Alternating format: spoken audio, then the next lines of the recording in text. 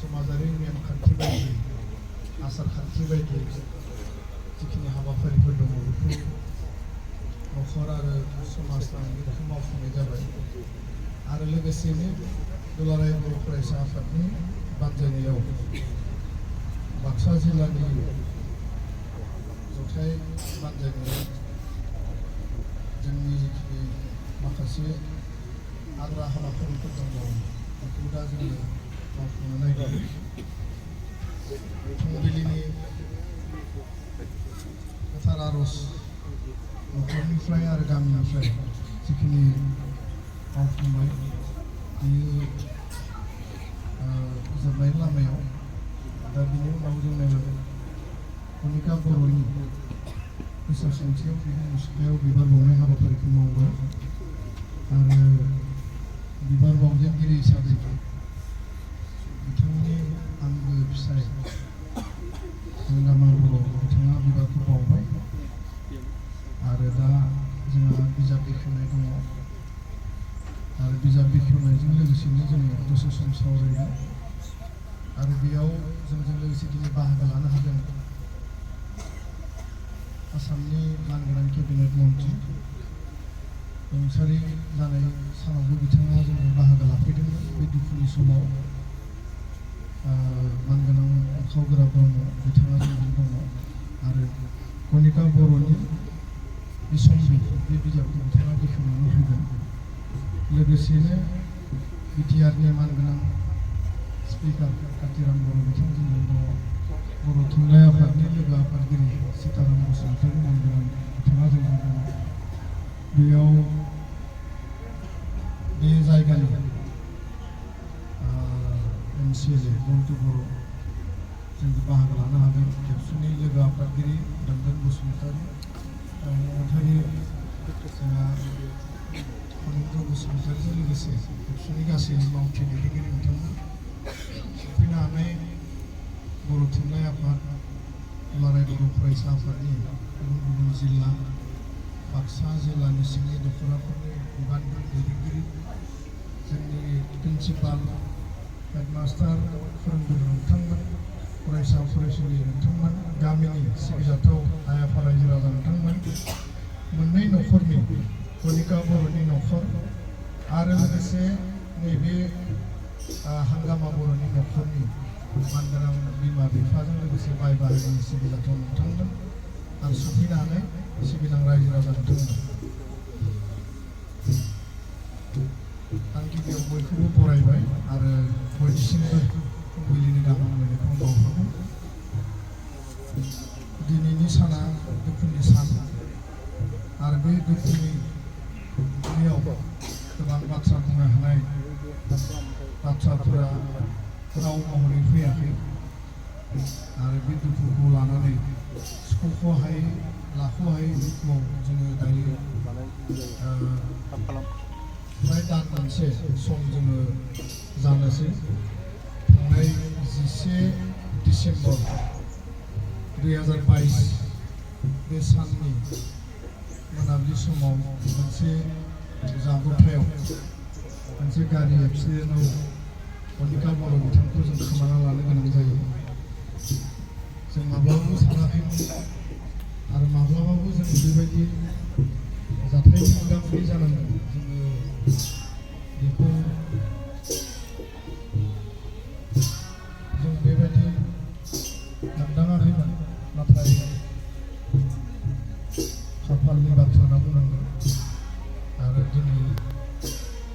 जोंनि गेजेराव बिथाङा गैलिया जों बिथांखौ बासायनो थाखाय जथेस्थ' नाजादों बे जायगायाव जादों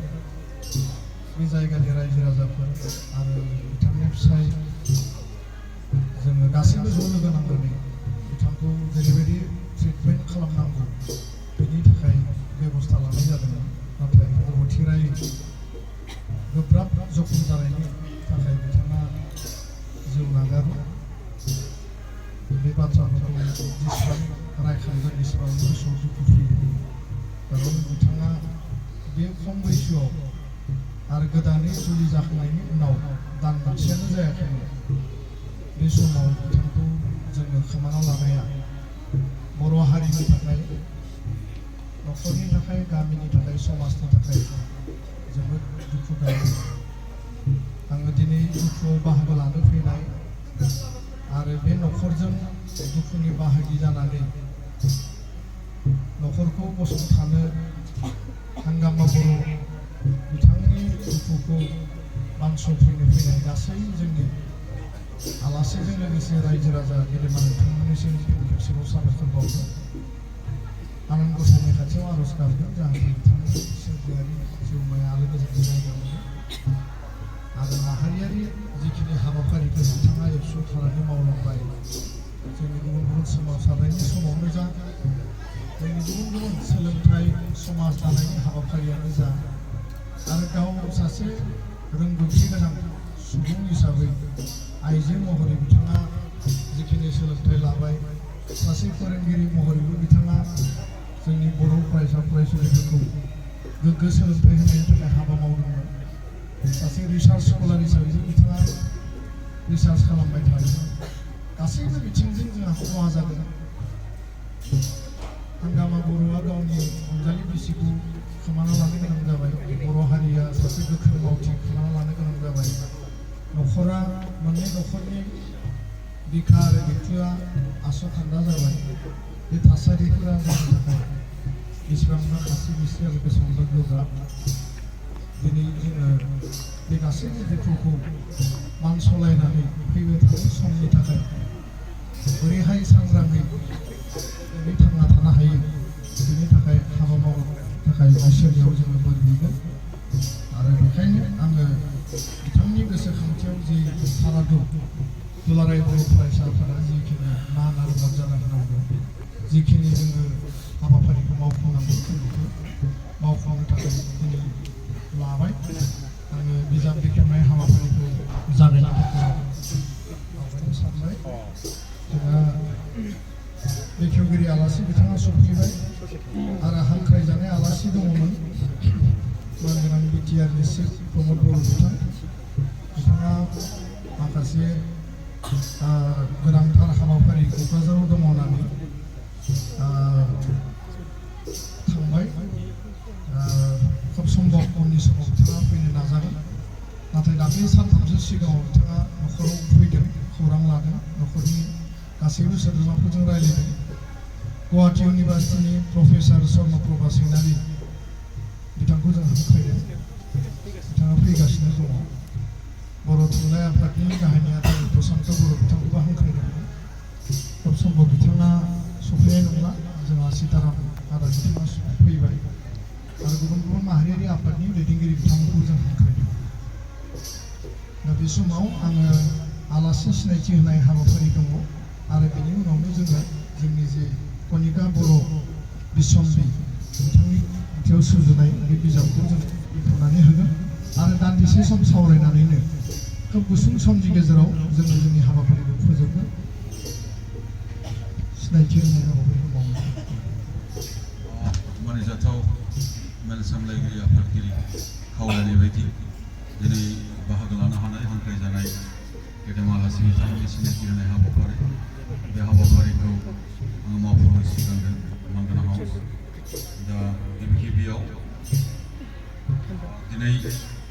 रुंसारि कनिका बर'नि जिउ खौरां बिजाब बेखेवनाय आरो बिजाब बेखेवगिरि महरै जोङो खावलायनानै दिनै मोननो हादों आसामनिनो केबिनेट मन्त्रि मानिजाथाव नखरज ब्रह्म सार दा बेखायनो सारखौ गावनि गोथार सिनायथिखौ लानो खावलायदों आरो बिथांखौ गांसे आर'नाइजों गोजोननाय थाबाय बे बुब्लियाव पूर्ण ब्रह्म गाहाय सोरजिगिरि दख'र बसुमतारी गोजोननाय थाबाय आरो बे समाव जोंनि बिसम्बि बेखेवगिरि मानगोनां आसामनि मन्त्रि बिथांखौ आङो बिसम्बिखौ बेखेवनानै होनो थाखाय आङो खावलायबाय।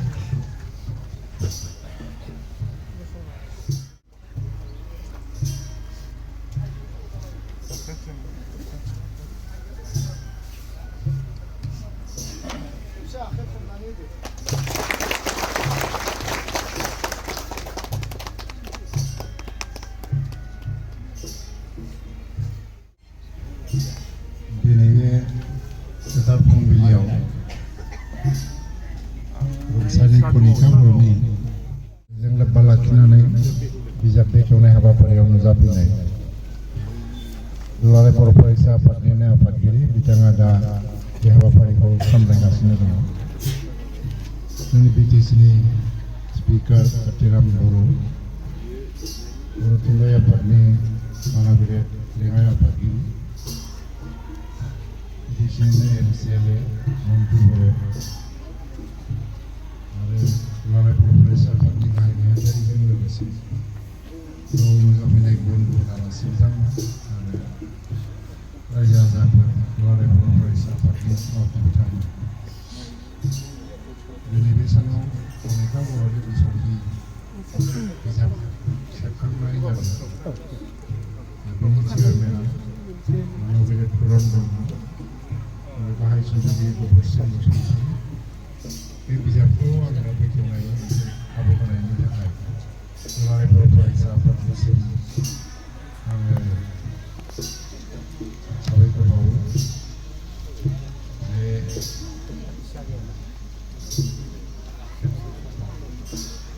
सोरनिबा रुंसारि जानायफ्रा दुखु होयो गोसोफ्राव, बयनिबो गोसोआव दुखु होयो। बे कनिका बर'नि रुंसारि जालांनाय बे जाथाय बियो जों बयनिबो गोसोआव बिराद दुखु होदों। मानो होननानै बुङोबा 30 बोसोर बैसोआव सासे मानसिया अनसेयै जिउ गारलांनाय जाथायफ्रा जोंनि थाखाय जोबोद दुखु गोनां। आरो लोगोसेयैनो बेनि थाखाय जों गासैबो दुखु मोनदों। बावैसो सिगां जुलि जादोंमोन आरो जुलि जानायनि फ्राय 7 सानसोनि गेजेरावनो बे जाथाया जाबाय। दिनै दा नोंथाङा बर' कनिका बर'नि लोगोरिमोन हारसिङै गालांनानै बियो दिनै आनज्रायलांबाय। लोगोसेयैनो गुसुं समनि गेजेरावबाबो कनिका बर'आ दुलाराय बर' फरायसा आफादनि गेजेराव थानानै हारिनि थाखाय जिबायदि खामानि मावनो नाजादों, बियो मा मावलांखो गिदिर बाथ्रामोन, नाथाय मावनायनि जि मोनसे गोसो बोलो कनिका बर'नियाव नुजादों बे हारिनि थाखाय, बेखौ नुनानै बयहाबो मोनसे आफसोस जादों जे माबा मोनसे मावलांदोंमोन नामा। खारन जोंनि बर'फोरनि गेजेराव आइजो दैदेनगिरि ओंखारनायफ्रा दाबो माने खम। मावथियाथ' ओंखारो, नाथाय दैदेनगिरि जानायनि दैदेनगिरि महरै ओंखारबोनाया खोब खमै ओंखारो। जायफ्रानाखि खोथाबो बुंनो रोंगौ, साननायबो रोंगौ, मोनसे थांखिबो दङ, नोजोरबो दङ।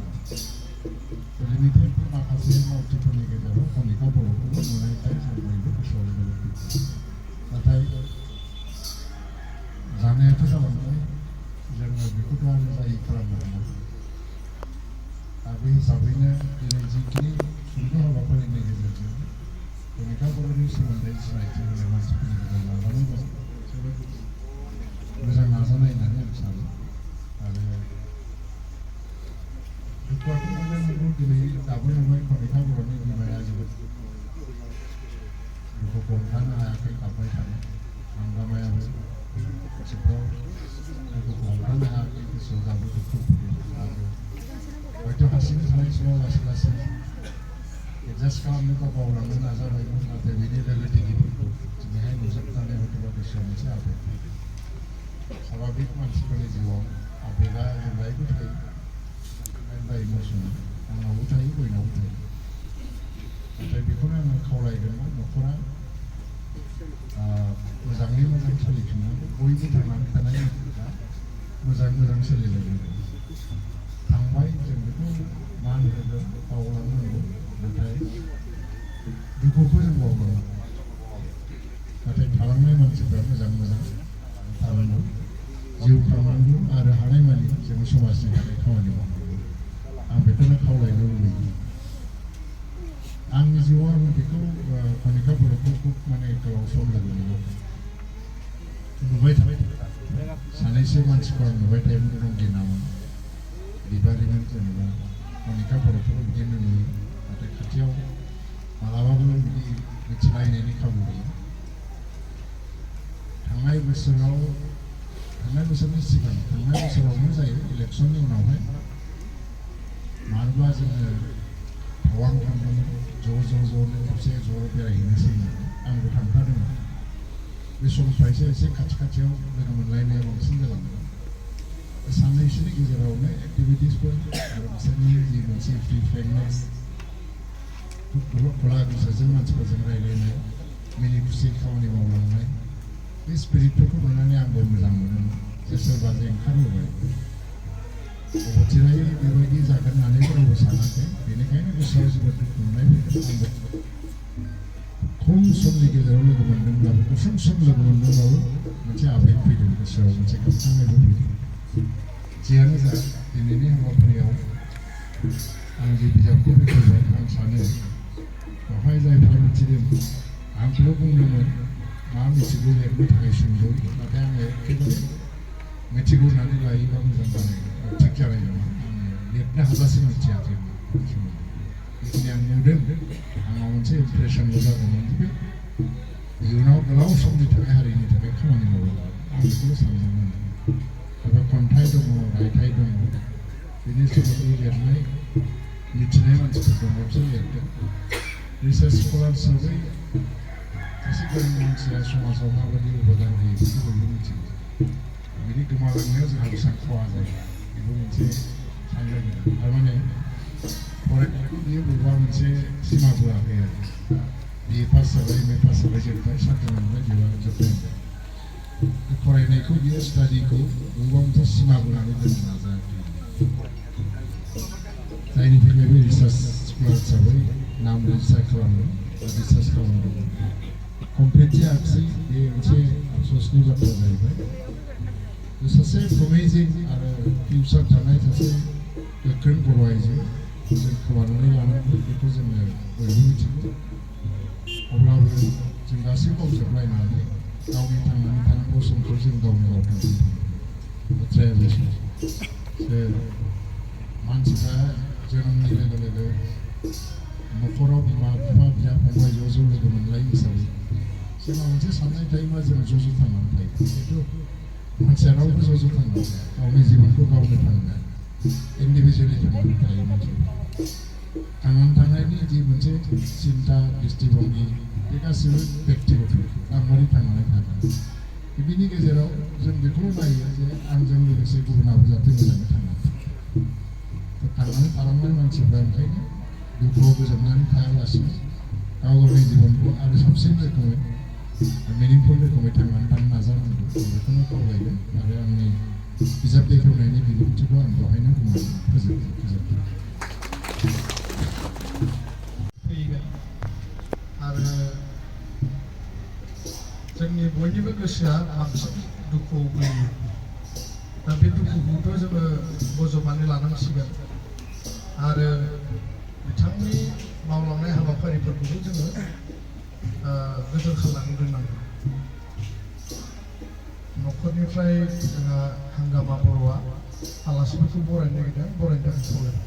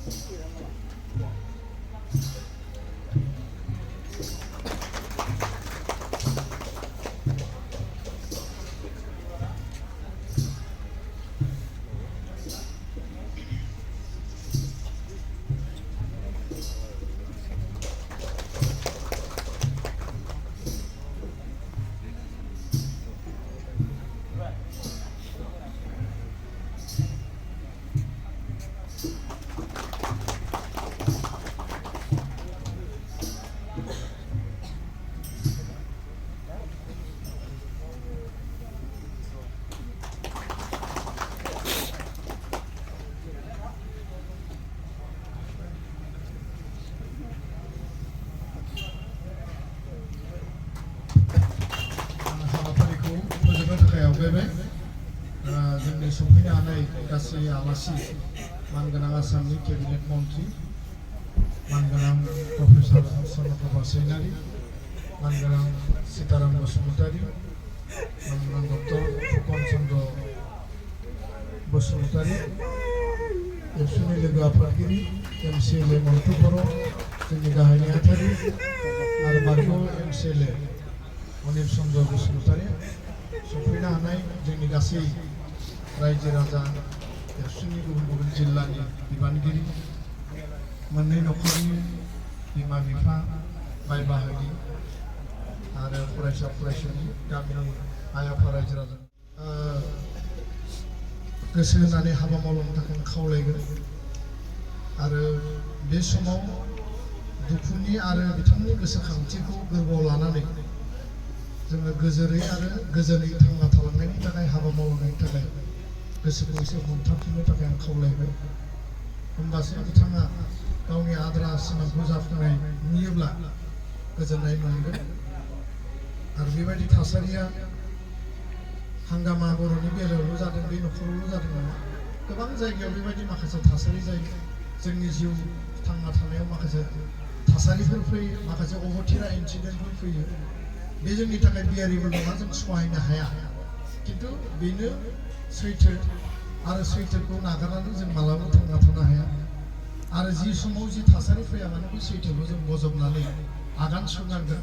आरो इयुननि थाखाय आद्रा थानाय समखौ संदाननानै जों हाबा मावलांनांगोन आं बेखौनो फिन खेबसेबाव गोसोखांफिननानै बयनिसिमबो गोसो गोरबोनिफ्राय साबायखर आरो खुलुमनायखौ बावनानै दिनैनि बिजाब बेखेवनाय जे हाबाफारि आरो कनिका बर'नि गोसोखांथियाव जि सावरायनाय बेखौ बेयावनो फोजोबबाय गोजोन्थों थेंक इउ